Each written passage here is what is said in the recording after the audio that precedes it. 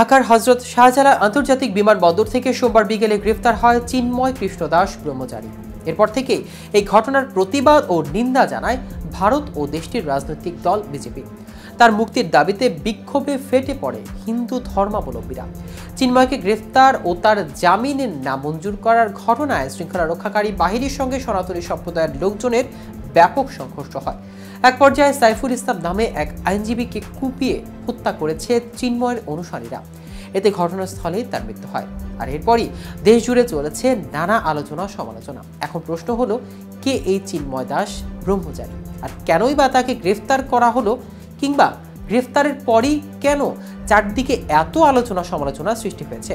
তা নিয়ে বিস্তারিত থাকছে আজকের প্রতিবেদনের বাকি অংশে। কেটিভি নিউজ 24 চ্যানেল থেকে আপনাদের সাথে আছি আমি মাহমুদুর রহমান। চিন্ময় কৃষ্ণ দাসের আসল নাম ছিল চন্দন কুমার ধর।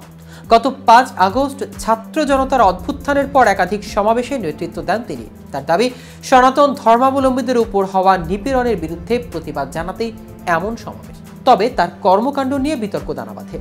বিশেষত গত অক্টোবরে চট্টগ্রামে একটি মিছিলের সময় বাংলাদেশের জাতীয় পতাকা অবমাননার অভিযোগ ওঠে তার বিরুদ্ধে।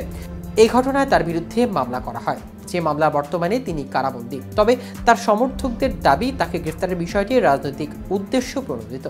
তাকে কারাগার পাঠানোর আদেশের প্রতিবাদে আদালত প্রাঙ্গণে বিক্ষোভ করেছে সনাতন সম্প্রদায়ের কয়েক হাজার মানুষ। ধর্মীয় এই নেতাকে গ্রেফতারের বিষয়ে ঢাকা মহানগর পুলিশের মুখপাত্র তালিবুর রহমান জানিয়েছেন, কৃষ্ণ দাসের বিরুদ্ধে অভিযোগে তদন্তাধীন রয়েছে। তবে সুনির্দিষ্টভাবে কি অভিযোগ আনা হয়েছে সে বিষয়ে বিস্তারিত কিছু জানানো হয়নি।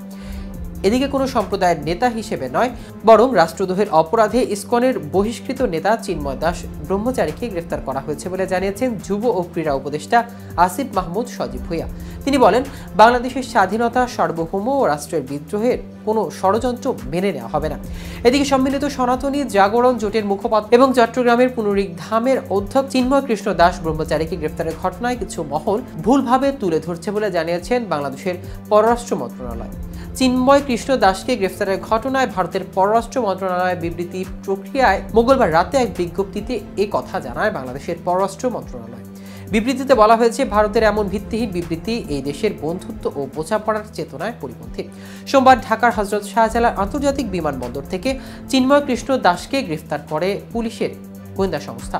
ভারতের পররাষ্ট্র মন্ত্রণালয় মঙ্গলবার এক বিবৃতিতে চিন্ময় কৃষ্ণ দাসকে গ্রেফতার এবং তার জামিনের আবেদন নামঞ্জুর করার ঘটনায় উদ্বেগ জানায়। বাংলাদেশের পররাষ্ট্র মন্ত্রণালয় বিবৃতি বলেছে, ভারতের পররাষ্ট্র মন্ত্রণালয় বিবৃতিটিতে বাংলাদেশের সরকারের দৃষ্টিগোচর হয়েছে এমন একটি বিষয় নিয়ে এই বিবৃতি দেওয়া হয়েছে, যা বাংলাদেশের অভ্যন্তরীণ বিষয়। দর্শক, আজ এ পর্যন্তই। সারা দেশের নিত্য নতুন সকল আপডেট পেতে কেটিভি নিউজ 24 এর সাথে থাকুন। ধন্যবাদ।